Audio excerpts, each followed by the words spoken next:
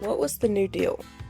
The New Deal was a series of programs and projects instituted during the Great Depression by President Franklin D. Roosevelt. The New Deal aimed to restore prosperity to Americans. The New Deal focused on the 3 R's: relief, recovery, and reform. What was included in the New Deal? Historians believe that the New Deal was split into 2 different parts. Within the first 100 days, 15 pieces of major legislation were put in place in order to restore the health of the nation.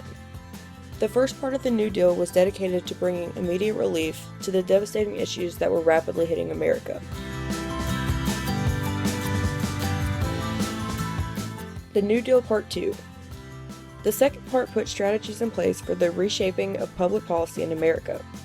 FDR's New Deal is often referred to as alphabet soup due to the wide collection of acronyms labeling the titles of the agencies created.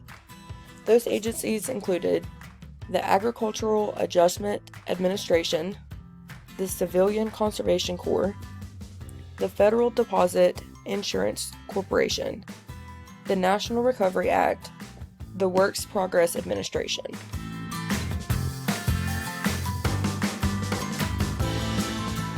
What was the outcome of the New Deal?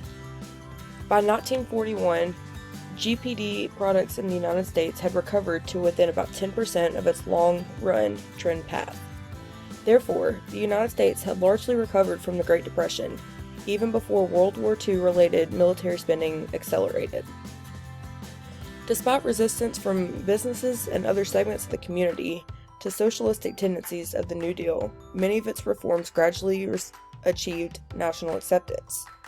Roosevelt's domestic programs were largely followed in the Fair Deal of President Truman, and both major U.S. parties came to accept most New Deal reforms as a permanent part of national life.